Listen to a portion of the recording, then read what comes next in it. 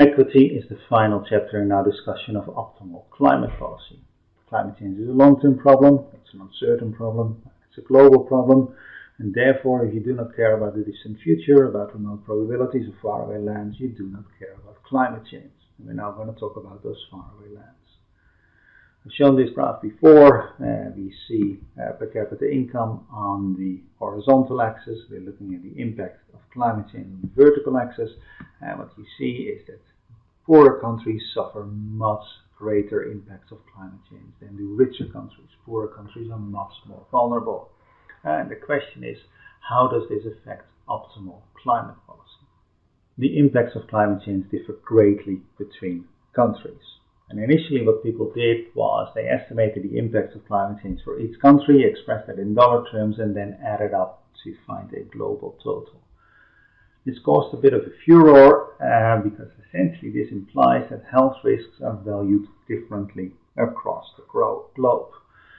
So one of the major impacts of climate change is in human health, particularly mortality, and this is valued according to a concept called the value of statistical life. And in the UK, the value of statistical life is roughly £7 million. Now, this does not mean that we are willing to pay £7 million to avoid a death. Really, this means that we are willing to pay £7 to reduce the risk of premature mortality by 1 in a million. And this then translates into 7 million per statistical life. Now, if you were to value health risks in Bangladesh, for instance, what you would find is that the willingness to pay to avoid a certain statistical death is only 70,000 or so. So, if somebody dies in the UK, that's worth 7 million. If somebody dies in Bangladesh, that's worth 70,000, and then you add it all up to the globe. But essentially what you just said is that in your global estimates, in your advice to the United Nations, you value the death of a UK citizen 100 times more than you value the death of somebody in Bangladesh. And if you say that in a UN meeting, you are in deep trouble. But what can you do about this? Because the value of statistical life is something that we measure empirically, and you cannot mess with data. Now, various solutions have been suggested. One guy who would later go on to win the Nobel Prize suggested that we replace those national numbers with the global average. After all, that is what we do within countries. Within countries, we do not say that people in Yorkshire earn less and therefore we value their health less than people in London. Or at least we would never admit to doing that. We use the UK average value on statistical line. But there is a big problem with using global average values, and that is consistency in policy making. Essentially, if you would use global average values for a problem like climatic change, then really what you say, well, if the UK invests in greenhouse gas emission reduction and it saves one life, then it should value that at a global average, say 700,000. But if the UK government invests in road safety and saves a life in that way, that's a local problem or a national problem, and therefore we have nothing to do with global average. We should use the national average, and therefore investing in road safety, if we save a life like that, that would be worth 7 million. So the UK should invest much more in road safety than in greenhouse gas emission reduction.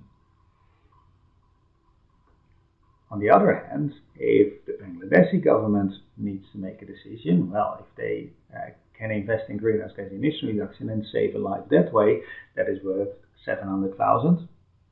Whereas if they invest in road safety and save a life that way, that's worth only 70,000. So the Bangladeshi government should invest much more in greenhouse gas emission reduction. And that doesn't seem to be the conclusion that you want to draw here. So this does not work, Bill. Instead, what you can do is use different weights for the impacts in different countries. And these are known as equity weights. And I'm going to follow here the derivation by Pearce and Fankhauser, who you see displayed here. Pearce on top, Fankhauser at the bottom. So we want to know the global damage expressed in dollars. What we have is the national damages expressed in dollars. So what do? Well, conceptually you need to make 3 transformations. The first transformation that you need to make is to say, well, here we have a dollar value. We're not interested in dollars, we're not interested in comparing incomes, we're interested in impacts on utility, on people's happiness. So we first need to transform that dollar value into a utility value, and then we start comparing like with like. So we need to multiply our monetized impact by the marginal utility, U sub C, given of course a certain income, Y, in a particular country. That is the first thing we need to do. And this immediately captures that a dollar loss to a poor woman is much worse than a dollar loss to a rich woman. Right? That's essentially what this transformation captures. We're interested in the global damage. So the next thing we need to do is say, well, how does this change in utility in country C affect global welfare? So we need to multiply this with the marginal welfare. So this is this is W sub U. So this is the first partial derivative of the global welfare function to national utility. This is essentially how important is the well-being in a country in global utility. But now we have a problem because we want to know the impact in dollar terms. We started in dollars, then we translated it into utility, and then we translated it into global welfare. So our units are wrong. And that is where the third term comes in. And this is essentially the shadow price of the budget constraint, of the global budget constraint. The way to think about this is how much would global welfare go up if a spaceship came along full of Martians and they would donate an additional dollar to the planet. How much happier would we become? So this is the first partial derivative of global welfare to the total amount of resources available. That is given in welfare per dollars. So this is in dollars, this is utils per dollar, this is utils per welfare, and this is welfare per dollar, so we're back in dollars. Now this sounds horribly abstract. We can of course make this more precise. If we take a utilitarian welfare function where the global welfare is simply the sum of national utilities, this term is just 1, so that is easy. If we then use a constant relative rate of risk aversion type of utility function, a CRA utility function, then this whole term collapses to this much more intuitive term that you see here, which says that we should apply a weight to the aggregation of the national impacts. So we're going to take the damage in country C and we're going to multiply it with this particular weight here. This is the global average income. This is the national average income. So in a poor country, a country that is below the global average, one definition of being poor, this number here is greater than 1, right? Because the global average is greater than the national average. And then we raise it to the power epsilon, which is the curvature of the utility function again, but in this case the interpretation is inequity aversion. So if this term here is positive, then this thing is greater than 1, so this thing is greater than 1, and we put a greater weight on whatever happens in poor countries, because a dollar to a poor woman is worth more than a dollar to a rich woman. That is essentially what this says. Similarly, if we look at a rich country, then the national average income is greater than the global average income, and this term is smaller than 1, and then if you raise it to a positive power, it is still smaller than 1. So we pay less attention, we put less weight on what is going on in rich countries.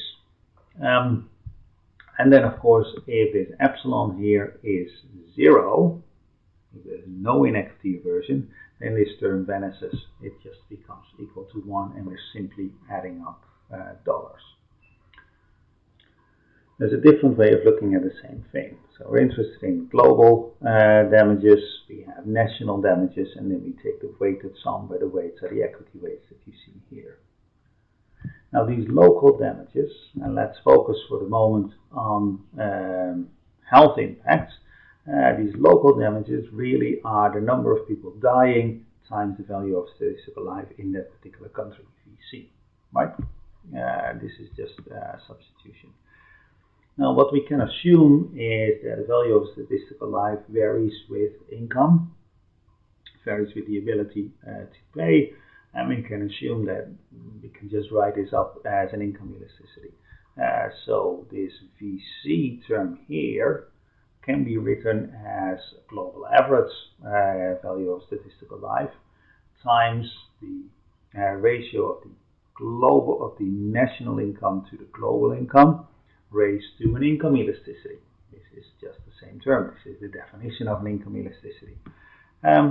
And if you then further assume that this income elasticity, eta, is equal to the curvature of our utility function epsilon is eta, then this term cancels against this term, and what we have done is we have valued those health impacts at the global average, just as Nordhaus suggested. But the assumptions here are pretty strong. Essentially, the assumption is that the income elasticity of the impacts of climate change is the same as the curvature of the utility function. Now, the rate of inequity aversion or the rate of risk aversion is related to income elasticities, as you may recall from micro, but there's no reason to assume that those two parameters are the same. But if they just happen to be the same, then indeed we have valued things at the global average. Does this matter? Yes. Do equity weights matter? Equity weights matter. Yes. So what we're looking at here is estimates of the social cost of carbon for 3 pure rates of time preference. That's the row that you see here. Of course, the greater the pure rate of time preference, the lower the tax we want to impose on CO2 emissions. These are the numbers without equity weights, and then if we have a rate of inequity aversion of 1, then these numbers go up, and they go up substantially from 101 to 182. That's almost an 80% increase, or from 16 to 28, right? That's a very substantial increase, and even with a 3% pure rate of time preference goes from 0.7 to 1.2.